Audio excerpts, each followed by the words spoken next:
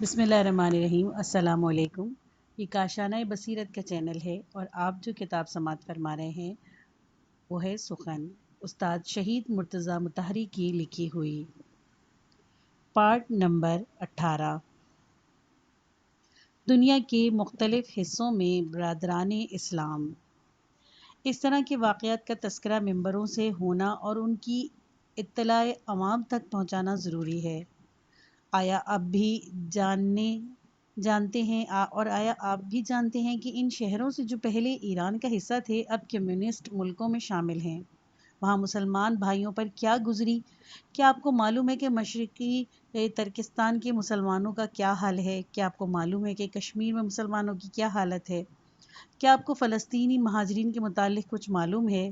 کیا آپ جانتے ہیں کہ آج اسرائیل عالم اسلام کے لیے کتنا بڑا خطرہ ہے؟ آج کل عالم اسلام دو بڑے خطروں سے دوچار ہے۔ الجزائر کا قضیہ اپنی اہمیت کے باوجود مقامی نوعیت کا ہے، لیکن ان دو خطروں کی نوعیت عمومی ہے اور عالم اسلام کے خارجی سیاست میں ان کی غیر معمولی اہمیت ہے۔ ان دو خطروں میں سے ایک کمیونزم ہے، دوسرا صہیونزم۔ ایک کفر صریح ہے، دوسرا کفر نفاق۔ ان دونوں نے تمام اسلامی ملکوں میں اپنا جاسوسی کا جال پھیلا رکھا ہے۔ خدا ہی جانتا ہے کہ ہر سال کتنے ملین ڈالر اس کار بد پر صرف کیے جاتے ہیں۔ یہ دونوں اسلام کی شہرت کو منقطع کرنے کے درپے ہیں اور قینچی کے دو پھلوں کی طرح سے اسلام کی جڑ کاٹنے کی کوشش میں مصروف ہیں۔ مسلمانوں کو چاہیے کہ ان دونوں خطروں سے پوری طرح ہوشیار اور چوکنا رہیں۔ آپ سنتے رہتے ہیں کہ فلاں عرب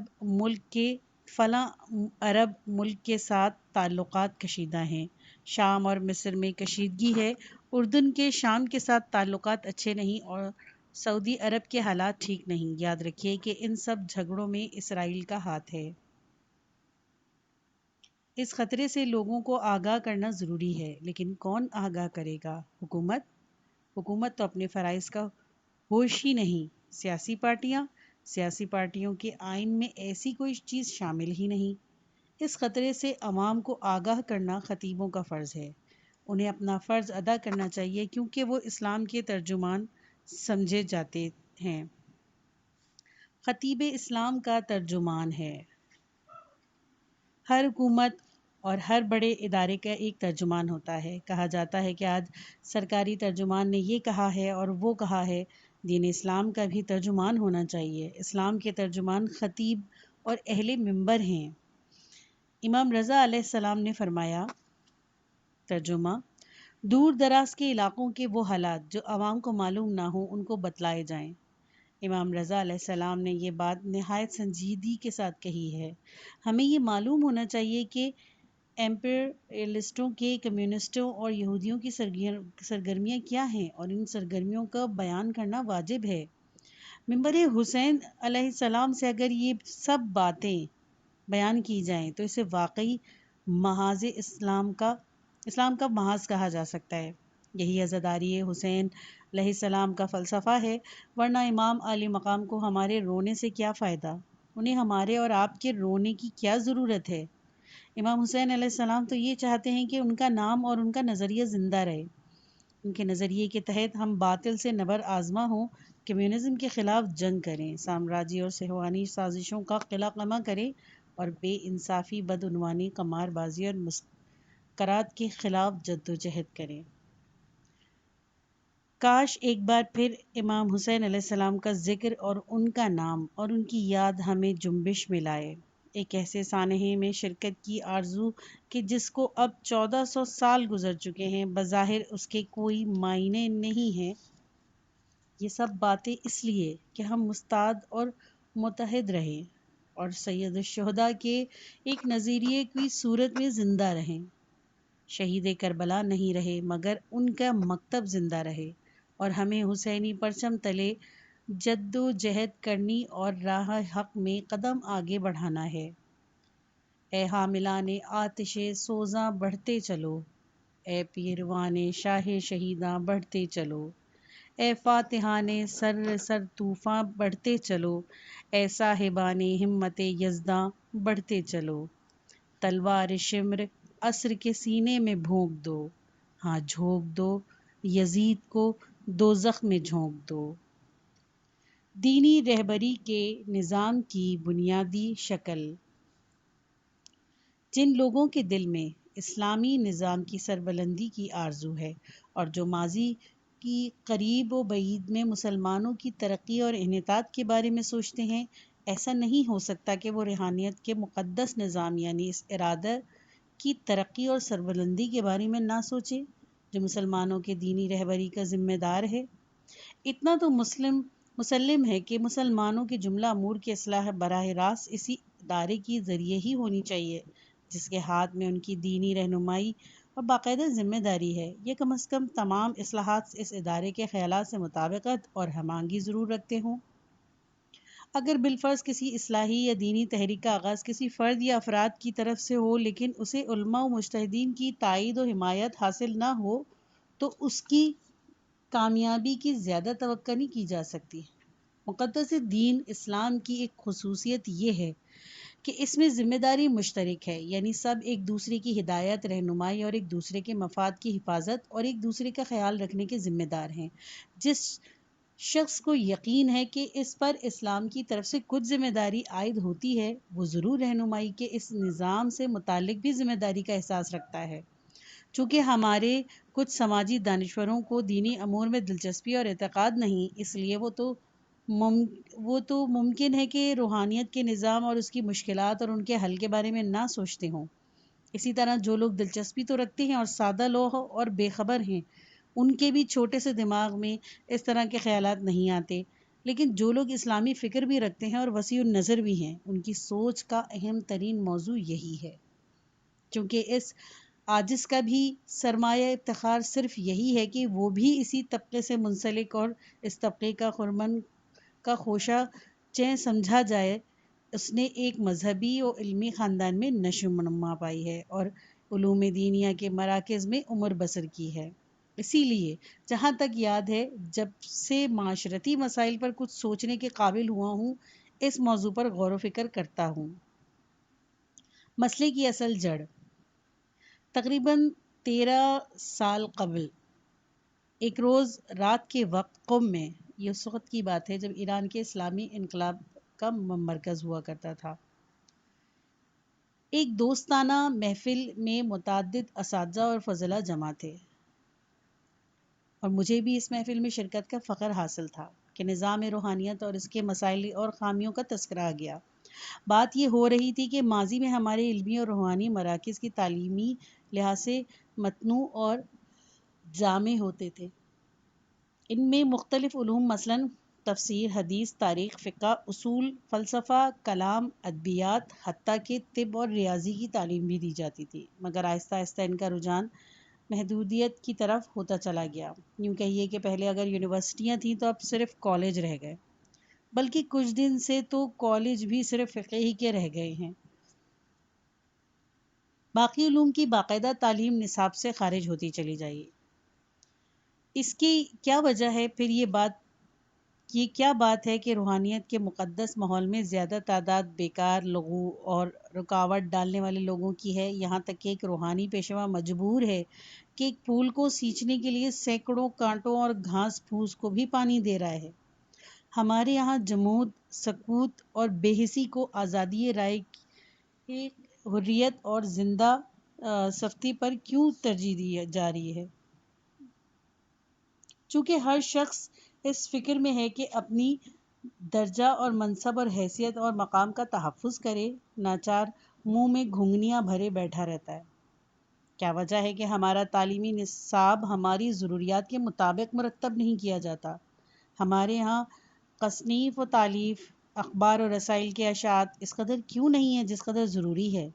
ہمارے ہاں ناموں کے ساتھ لمبے چوڑے اور بیجا القاب لگانے کا رواج کیوں ہے؟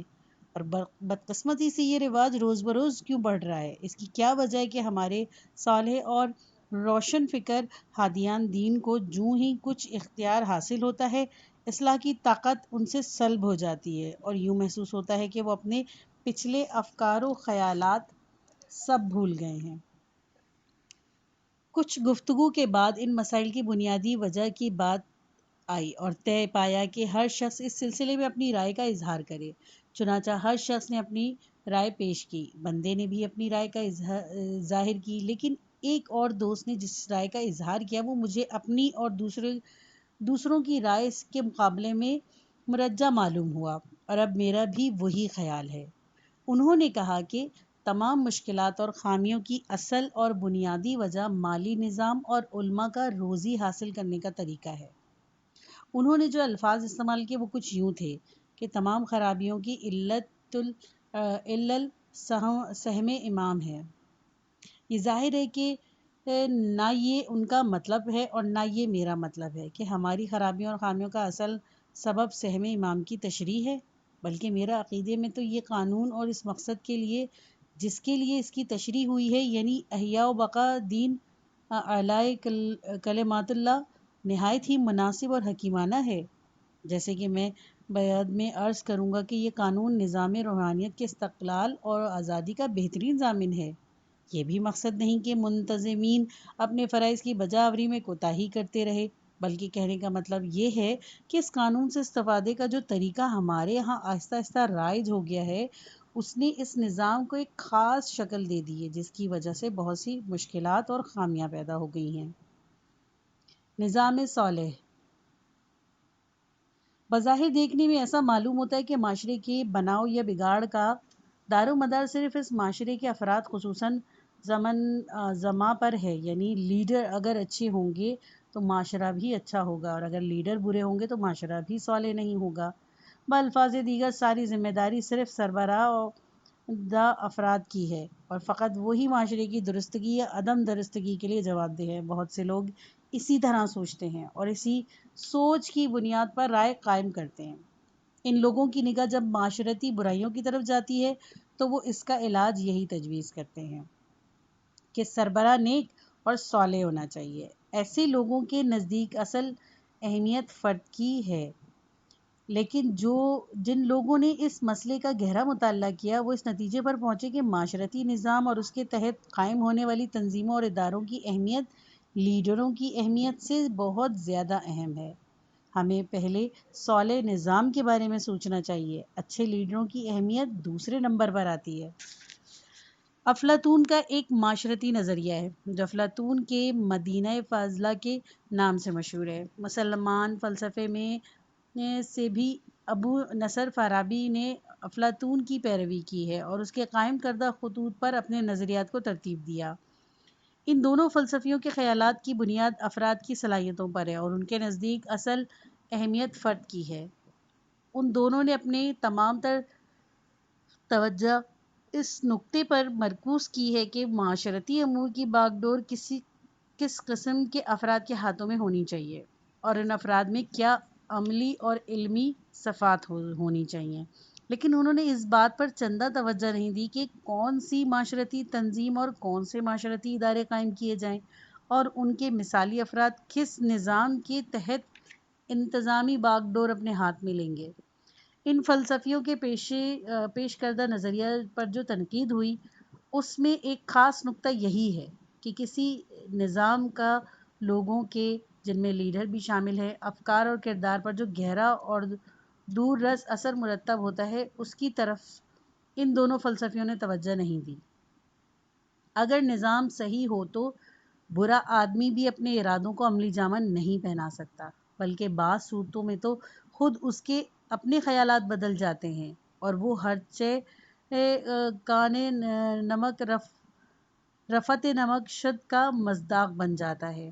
ایک دانشور افلاطون کے نظریے پر تنقید کرتے ہوئے کہتا ہے کہ افلاطون نے یہ نازک مسئلہ چھیڑ کر معاشرے میں کس کو حکومت کرنی چاہیے ایک غلط اور خطرناک سیاسی فلسفہ ایجاد کیا۔ اس سے زیادہ عاقلانہ اور مثبت بات یہ ہوتی کہ وہ یہ بتلاتا کہ ہم کس طرح ایسا معاشرتی نظام قائم کریں کہ غیر صالح لیڈر معاشرے کو نقصان نہ پہنچا سکیں۔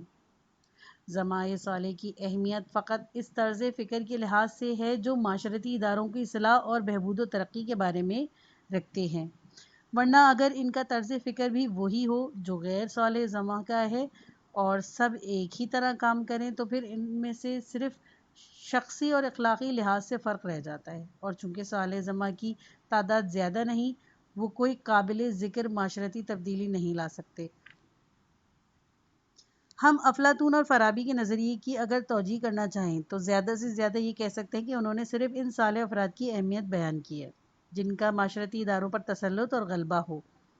دوسرے بے اثر لوگوں کے صالح ہونے سے کوئی نتیجہ برآمد نہیں ہوتا۔ معاشرتی اداروں اور معاشرے کے افراد کا آپس میں وہی تعلق ہے جو کسی شہر کی سڑکوں اور گلیوں اور مکانوں کا وہاں کے باشندوں اور ذرائع آمد و رفت کے ساتھ ہے۔ جس شہر میں جس طرح سڑکیں اور گلیاں بنائی گئی ہوں، اس شہر کے باشندے مجبور ہوں گے کہ انہی سڑکوں اور گلیوں اور چوراہوں سے گزریں گے۔ زیادہ سے زیادہ وہ یہ کر سکتے ہیں کہ جس راستے کو زیادہ صاف اور آسان اور قریبی سمجھے اسے اختیار کر لیں۔ فرض کیجئے کہ اگر کوئی شہر بغیر نقشے اور منصوبہ بندی کے آہستہ آہستہ پھیلتا اور بڑھتا رہا ہو، تو اس شہر کے باشندے مجبور ہوں گے کہ شہر کی موجودہ وضع کے مطابق اپنی زندگی ڈھالیں گے اور اسی کے مطابق اپنی آمد و رفت رکھیں گے۔ ایسے شہر میں آمد و رفت، گاڑی چلانے اور شہر کے انتظام میں دشواری ضرور ہوگی، مگر اہل شہر کے لیے اس دشواری کا ازالہ کی صرف ایک ہی تدبیر ہے اور وہ یہ کہ شہر کی سڑکوں اور گلیوں اور مکانوں کی وضع تبدیل کر دے۔ اگر بالفرض صالح لیڈر برسر اقتدار آ بھی جائیں، تب بھی وہ ان کے کام میں خامیاں رہیں گی۔ ان کے کام میں اور دوسروں کے کام میں اتنا ہی فرق ہوگا جیسے کوئی ایک شخص بے ترتیب اور پر پیج راستوں سے گزرتے ہوئے اس راستے کا انتخاب کرے جو ان میں سے بہترین ہو۔ ہمارے علوم دینیہ کے مراکز کی خصوصیت۔ ہمارے علوم دینیہ کے مراکز کے کچھ ایسے اوصاف اور ایسی امتیازی خصوصیات ہیں جن کی نظیر کسی دوسرے تدریسی ماحول میں نہیں مل سکتی۔ اس ماحول میں پاکیزگی ہے، سچائی ہے، خلوص اور روحانیت ہے۔ یہی وہ روح ہے جو اس ماحول میں رچی بسی ہوئی ہے۔ چند اشخاص جن میں یہ اوصاف نہیں پائے جاتے، ان کا شمار مستثنیات میں ہوتا ہے۔ میں کسی طالب علم کو دوسرے طلباء پر اگر کوئی فوقیت حاصل ہوتی ہے تو اس کی بنیاد صرف علم، تقدس اور تقوی پر ہوتی ہے۔ طلباء میں امیر بھی ہوتے ہیں، غریب بھی، شہری بھی ہوتے ہیں، دیہاتی بھی، مزدور کے بچے بھی ہوتے ہیں اور تاجروں کے بھی، افسروں کے بھی اور دیہاتی کے بھی۔ ماضی میں امراء اور شہزادے بھی ہوتے تھے، مگر وہاں کسی بات کا کوئی فرق نہیں رہتا۔ اگر طلباء کسی کی عزت کرتے ہیں اور کسی کو وقت دیتے ہیں تو صرف تعلیمی اور روحانی امتیاز کی بنا پر۔ علوم دینیہ کے مراکز کا ماحول زہد اور قناعت کا ماحول ہے۔ اسراف عیاشی اور رت جگے کی محفلیں جو باقی سب طبقوں میں عام ہیں اور جن میں کبھی کبھی علوم دینیہ کے طلباء کے علاوہ دوسرے طلباء بھی شرکت کرتے ہیں، وہاں ان کا کوئی ذکر نہیں۔ اگر کسی کا ان باتوں کی طرف ذرا میلان بھی ہوتا ہے تو اس کی ناکامی یقینی ہے۔ مجموعی طور پر طلباء قانع اور کفایت شعار ہوتے ہیں اور انہیں دوسروں پر بوجھ نہیں سمجھا جاتا۔ استاد اور شاگرد کے تعلقات مخلصانہ احترام آمیز ہوتے ہیں۔ شاگرد اپنے استاد کے احترام کا حاضر و غائب پورے ادب سے خیال رکھتے ہیں، حتیٰ کہ ان کی وفات کے بعد بھی ان کو ہمیشہ نیکی اور دعائے خیر سے یاد رکھتے ہیں۔ استاد کا احترام کا اس قدر خیال صرف علوم دینیہ کے طلباء سے مخصوص ہے اور ان تعلیمات کا نتیجہ ہے جو ائمہ دین سے علم کی فضیلت اور معلم کے احترام کے بارے میں ہم تک پہنچتی ہیں۔ دوسرے تعلیمی حلقوں میں جیسے کہ ہمیں معلوم ہے کہ ان باتوں کا وجود شاذ و نادر ہی ہے۔ دینی طلباء کی عادات یہ ہے کہ جو سبق وہ استاد سے پڑھتے ہیں بعد میں خود اس پر غور کرتے ہیں، کتاب سے مطالعہ دیکھتے ہیں اور کسی ہم سبق کے ساتھ تکرار کرتے ہیں۔ اونچے درجے کے درس میں جو کچھ استاد سے سنتے ہیں اسے اپنے ذہن میں محفوظ رکھتے ہیں اور رات کو اسے لکھ لیتے ہیں۔ جیسے کہ علوم جدیدیہ کے طلباء کی عادت ہے کہ علوم دینیہ کے طلباء طوطے کی طرح رٹتے نہیں بلکہ غور و فکر اور تجزیہ و تحلیل کرتے ہیں۔ چونکہ کسی کتاب کو پڑھانے کا حق کسی استاد سے مخصوص نہیں اور ہر شاگرد کو اپنا استاد منتخب کرنے کا حق ہے، اسی لیے اگر کسی طالب علم میں استعداد ہو تو جو کتابیں وہ خود پڑھتا ہے ان سے نچلے درجے کی کتابیں بھی پڑھ سکتا ہے۔ اس طرح ایک دینی طالب علم تحصیل کے ساتھ ساتھ تدریس کے فرائض بھی انجام دے رہا ہوتا ہے۔ علوم دینیہ کی تعلیم کا مخصوص طریقہ یہ ہے کہ طلبہ استاد سے جو سبق پڑھتے ہیں اس کا اچھی طرح مطالعہ کرتے ہیں، اس کے بعد بحث و تکرار کرتے ہیں اور پھر اس کو لکھ لیتے ہیں، ساتھ ہی دوسرے سبق خود بھی پڑھتے ہیں اور اس طرح ان کی تعلیم میں گہرائی پیدا ہوتی ہے۔ طلبہ کا مقصد محض نصاب کی تکمیل نہیں، استاد شاگرد کو جو نمبر دیتا ہے ان سے ان کے درجے اور مقام کا اندازہ نہیں لگایا جاتا، بلکہ مباحثے کی مجالس سبق کے دوران میں شاگرد کے اعتراضات، اس کے اپنے پڑھانے کا طریقہ اور استادوں اور اپنے سے نچلے درجے کے طلبہ کی توجہ جذب کرنے کی صلاحیت، یہ وہ باتیں ہیں جن سے علوم دینیہ کے طلبہ کی استعداد کا صحیح اندازہ لگایا جاتا ہے۔ علوم دینیہ کے طلبہ اپنی تعلیم و تدریس کے مراحل بلا کسی تکلف کے بالکل قدرتی طور پر طے کرتے ہیں۔ کوئی استاد مقرر نہیں، وہ خود اپنی صوابدید سے جو استاد کو بہتر سمجھتے ہیں ان کا انتخاب کرتے ہیں۔ ان مراکز میں ایک طرح کی ایسی آزادی ہے اور ڈیموکریسی پائی جاتی ہے کہ جس کا کسی دوسرے جگہ وجود نہیں، اس لحاظ سے وہاں کا انتخاب اصلاح کا قانون رائج ہے۔ جدید تعلیمی اداروں میں حکام بالا کلاس ٹیچر کا تقرر کرتے ہیں اور اس وجہ سے اکثر ایسا ہوتا ہے کہ ٹیچر اس کلاس کے لیے موزوں نہیں ہوتا، وہ کسی اونچی یا نیچی کلاس کے قابل ہوتا ہے، اس لیے بسا اوقات شاگرد اس سے مطمئن نہیں ہوتے اور نہ اس کا مناسب احترام کرتے ہیں، اسے صرف نمبر نہ ملنے اور فیل ہو جانے کے ڈر سے برداشت کرتے ہیں۔ اس قسم کی بد نظمی اور بے ضابطگی کلاسیسی تعلیم میں عام ہے، علوم دینیہ کی تعلیم میں ایسی بے قاعدگیوں کا وجود نہیں۔ اس وجہ سے علوم دینیہ کے مراکز میں افراد انتخاب اصلاح کے قدرتی قانون کے مطابق آگے آتے ہیں، جیسے کہ علماء الہی کے بارے میں خود امام علی علیہ السلام نے فرمایا، ترجمہ: ان کی مثال اس صاف بیج کسی ہے جسے کاشت کے لیے منتخب کیا گیا ہو۔ اس قانون کے مطابق طلبہ درجہ بدرجہ آگے بڑھتے ہیں، یہاں تک کہ اس سیڑھی پر پہنچ جاتے ہیں جو مرجعیت سے ایک سیڑھی نیچے ہے۔ اس سیڑھی تک تو طلبہ میں مقبولیت اور ان کی عقیدت مندی ہی اساتذہ کو آگے بڑھانے کا سبب بنتی ہے، لیکن آخری سیڑھی تک پہنچتے ہی سہم امام، اس کی تقسیم اور مشاہرہ وغیرہ کے سوال درمیان میں آ جاتے ہیں اور قانون انتخاب اصلاح کی کار فرمائی باقی نہیں رہتی۔ یہ تو تھیں علوم دینیہ کے مراکز کے طلبہ کے طرز زندگی اور ان کے طریقہ تعلیم کی خوبیاں، کچھ خامیاں بھی ہیں، ان کے بارے میں بھی گفتگو ضروری ہے۔ علوم دینیہ کے مراکز کی خامیاں۔ علوم دینیہ کے طلبہ کے لیے داخلے کی کوئی شرائط نہیں، اسی لیے یہ ممکن ہے کہ کوئی شخص جو اس مقدس دینی ادارے میں داخل ہونے کی صلاحیت نہ رکھتا ہو وہ بھی اس میں داخل ہو جائے گا۔ چونکہ کوئی امتحان نہیں لیا جاتا، اس لیے طلبہ چھوٹی کتابیں چھوڑ کر بڑی کتابیں پڑھنے میں آزاد ہیں، اور اکثر ایسا ہوتا ہے کہ نچلا درجہ طے کیے بغیر ہی اوپر کے درجے میں پہنچ جاتے ہیں، اور نتیجہ یہ ہوتا ہے کہ ان کی تعلیمی ترقی رک جاتی ہے اور وہ خود بھی بددل ہو جاتے ہیں۔ چونکہ طلبہ کی قدرتی رجحان کا اندازہ لگانے کا کوئی طریقہ رائج نہیں، اسی لیے یہ ممکن ہے کہ کوئی ایسا طالب علم جس میں فقہ یا کلام یا ادبیات یا تاریخ یا تفسیر کا علم حاصل کرنے کی صلاحیت ہے، کسی ایسے شعبے میں چلا جائے جس کی طرف اس کا قدرتی رجحان نہ ہو، اور اس طرح وہ اپنی صلاحیتوں سے پورا فائدہ نہ اٹھا سکے گا۔ کچھ عرصے سے علوم دینیہ کے تعلیمی شعبے محدود سے محدود تر ہوتے چلے جا رہے ہیں اور رفتہ رفتہ سب فقہ میں ضم ہو گئے ہیں۔ خود فقہ کا شعبہ بھی کچھ ایسے ہی راستے پر جا پڑا ہے کہ پچھلے 100 سال سے اس میں کوئی ترقی نہیں ہوئی۔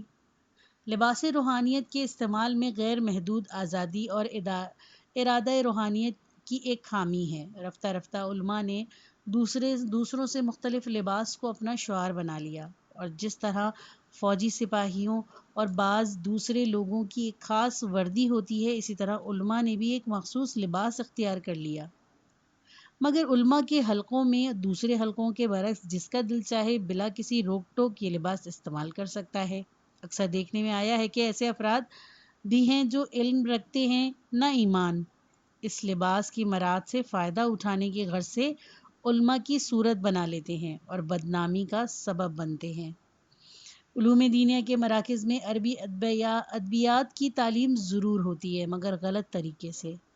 نتیجہ یہ ہے کہ طلباء کو برسوں عربی ادب کی تعلیم حاصل کرنے اور عربی زبان کے قواعد یاد کرنے کے باوجود بھی عربی زبان نہیں آتی۔ نہ وہ صحیح سے عربی بول سکتے ہیں اور نہ فصیح عربی لکھ سکتے ہیں۔ سب سے بڑی خرابی جو دینی رہبری کے نظام میں بالفصل موجود ہے، اس کا تعلق مالی نظام اور علماء کے ذریعہ معاش سے ہے۔